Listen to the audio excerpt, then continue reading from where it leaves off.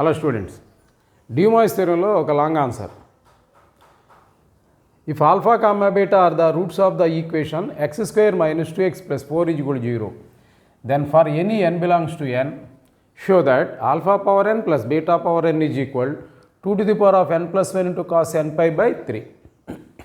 ఇది number of times ఎగ్జామ్లో ఇచ్చాడండి, most important problem.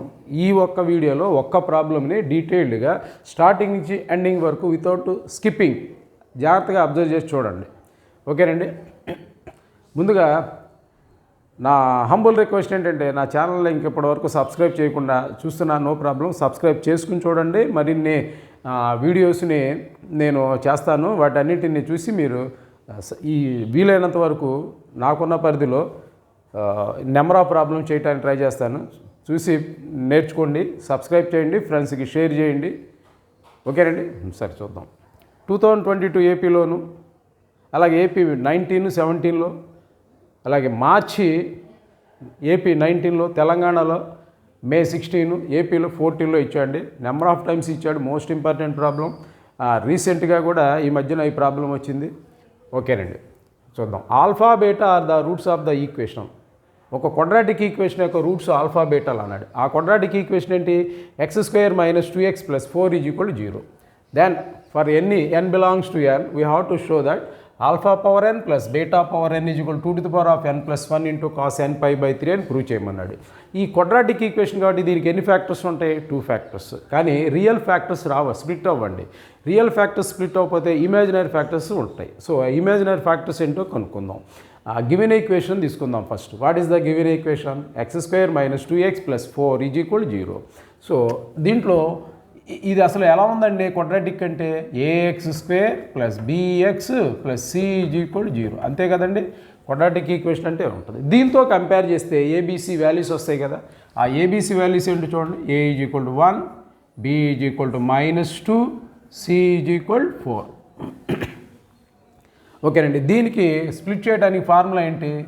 Real factors లేకపోతే for finding imaginary factors we have one of the most important formula. X is equal -b plus or minus square root of b square minus 4ac whole by 2a. ఈ formula apply చేసి factors split చేద్దామండి. So X is equal -b అంటే minus of -2 plus or minus square root of b square అంటే -2 whole square minus 4ac, A value 1, C value 4, whole by 2a, మళ్ళీ A value 1, that is equal minus of minus plus 2 plus or minus square root of -2 whole square అంటే 4, minus 4 4s are 16 whole by 2. ఓకేనండి. Now x is equal 2 plus or minus square root of -12 square root of -12 by 2, that is equal 2 plus or minus route లోపల I ఉన్నదండి. Route లోపల -1 ఉంది. Route లోపల -1 అంటే I square అండి. I square is equal -1. I square value -1 కాబట్టి ఈ మైనస్ని 1ని ఐ స్క్వేర్ అని రాసుకోండి. రూట్ ఆఫ్ ఐ స్క్వేర్ అంటే ఎంత అవుతుంది? ఐ అవుతుంది. సో రూట్ లోపల నుంచి బయటకి ఐ తీసుకొద్దాం. I into root 12. రూట్ 12ని ఇలా స్ప్లిట్ చేయొచ్చు అని చూడండి. Root 12 is equal root of 4 3s అని రాయొచ్చా? రూట్ 4 అంటే 2 కాబట్టి 2 రూట్ 3 అని రాయొచ్చు అని చూడండి. సో రాయొచ్చు 2 రూట్ 3 హోల్ బై 2. ఆ 2 టేబుల్ న్యూమరేటర్లో డినామినేటర్లో కామన్గా ఉంది కాబట్టి క్యాన్సిల్ చేసేద్దాం.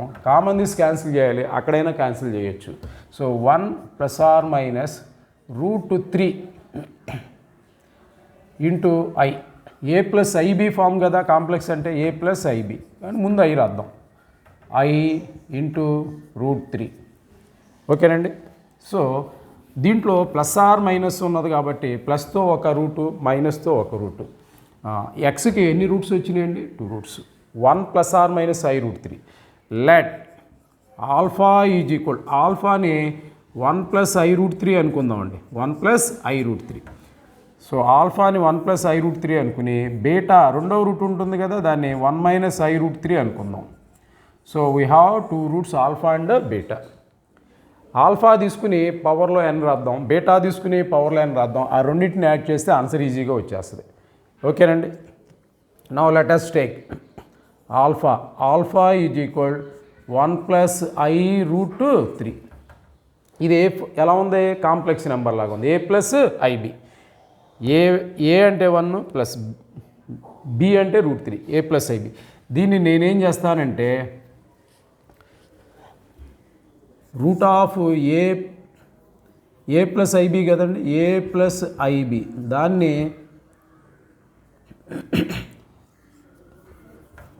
ఆర్ అంటే square root of a square plus b square by formula.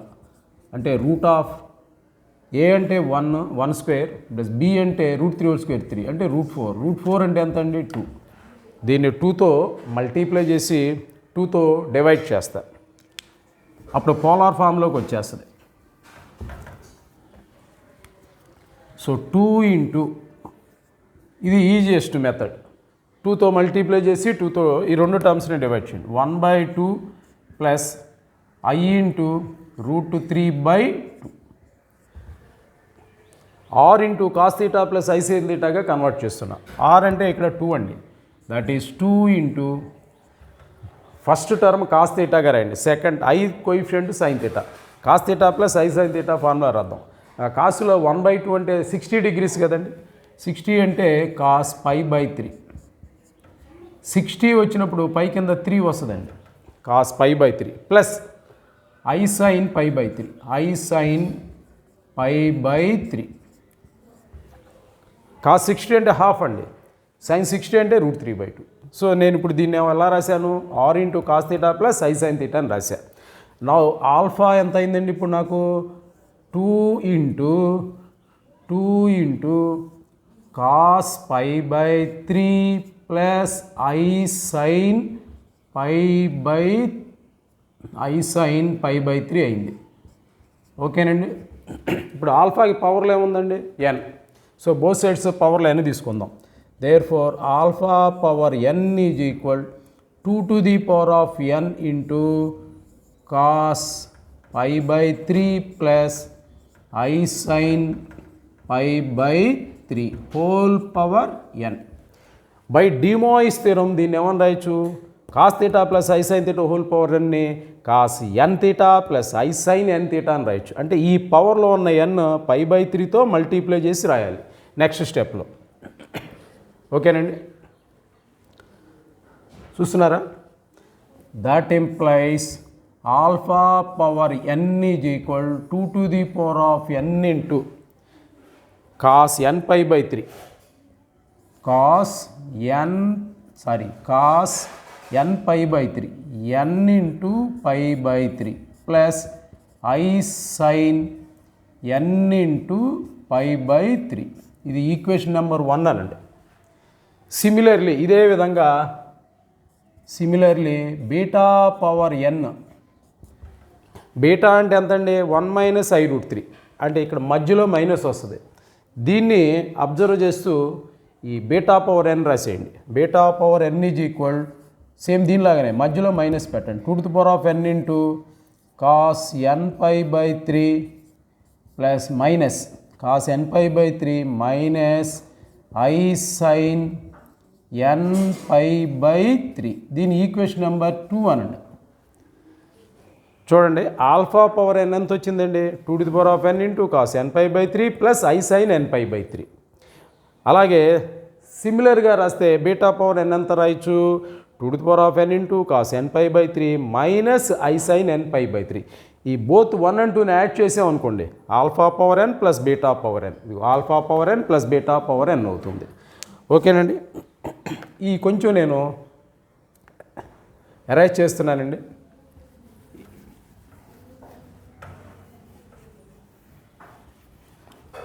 ఇంకా ఒక సింగిల్ స్టెప్తో ఆన్సర్ వచ్చేసినట్లేనండి. Now therefore alpha power n plus beta power n అంటే యాడింగ్ 1 and 2 అని రాసుకోండి. యాడింగ్ 1 and 2, ఆ 1, 2ని యాడ్ చేయండి. Then alpha power n plus beta power n అంటే లెఫ్ట్ హ్యాండ్ సైడ్ యాడ్ చేసా, అలాగే రైట్ హ్యాండ్ సైడ్ కూడా యాడ్ చేయండి. That is equal 2 to the power of n. ఈ 2 to the power of n బయట ఉంది కాబట్టి దీన్ని బాక్స్లో పెట్టండి. 2 to the power of n of cos n pi by 3 plus I sin n pi by 3 plus మళ్ళీ 2 to the power of n into cos n pi by 3 minus I sin n pi by 3. ఈ రెండిట్లో ఏం కామన్గా ఉందో ఒకసారి చూడండి. 2 power n common కదా, అది కామన్ తీసేయండి.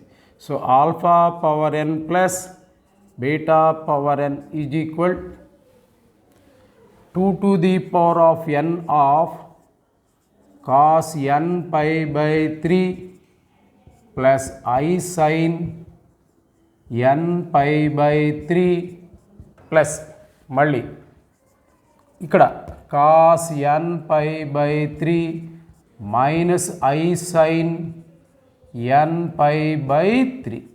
ఓకేనండి. ఈ రెండిట్లో ఇమాజినరీ పార్ట్స్ క్యాన్సిల్ అయిపోతాయి చూడండి. Real part cos n pi by 3 2 times add అయింది, అంటే 2 into cos n pi by 3 అని రాయొచ్చు కదా. So that is equal 2 to the power of n into 2 cos n pi by 3. మరి ఇక్కడ బేస్ రెండు సేమ్గా ఉన్నాయి. 2 is the base, common base ఎంత? ఈ రెండింటికి 2. మరి ఇక్కడ పవర్ n ఉంది, ఇక్కడ పవర్ 1 ఉంది. బేస్లు రెండు సేమ్ అయితే పవర్స్ని యాడ్ చేయొచ్చు కదా. అప్పుడు ఏమవుతుంది answer? 2 to the power of single బేస్గా రాసి పవర్లు యాడ్ చేద్దాం. 2 to the power of n plus 1 into cos n pi by 3 అవుతుంది. This is alpha power n plus beta to the power of n. Answer వచ్చిందని చూడండి.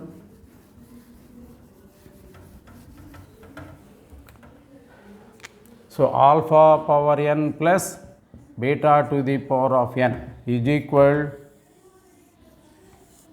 2 to the power of n plus 1 into cos n pi by 3. వచ్చినటువంటి అవుట్పుట్ని ఆ డీటెయిల్డ్గా బాక్స్లో పెట్టి చూపించండి. ఇది ఐపీ ఇంటర్మీడియట్ పబ్లిక్ ఎగ్జామినేషన్లో ఇంపార్టెంట్ ప్రాబ్లము. 7 మార్క్స్ క్వశ్చన్ కాబట్టి 7 మార్క్స్ పడాలంటే డీటెయిల్ ఎక్స్ప్లెనేషను, నోట్స్ కూడా నీట్గా రాసుకోవాలి. ఎగ్జామినేషన్ పేపర్లో రాసినటువంటి ఆన్సర్, వచ్చినటువంటి రిజల్టింగ్ ఆన్సర్ ఏదైతే ఉందో దాన్ని బాక్స్లో హైలైట్ చేసి చూపించారనుకోండి, మీ పేపర్ని హోల్ హార్ట్ఫుల్గా కరెక్షన్ చేస్తారు. ఎప్పుడైతే హార్ట్ఫుల్గా పేపర్ కరెక్షన్ చేస్తారో ఫుల్ మార్క్స్ పడిపోతాయి. మనం అంతా స్ట్రైక్ అప్లు చేసి గజిబిజి చేసామనుకోండి, వాళ్ళు కూడా చిరాకు పడిపోయి కొట్టేస్తారు. నీట్ ప్రజెంటేషన్ కనుక ఉంటే ఫుల్ మార్క్స్ పడతాయి. ఓకేనండి. నెక్స్ట్ ఇంకొక వీడియోలో ఇంకో ప్రాబ్లంతో కలుద్దాం. Until then bye bye, all the best.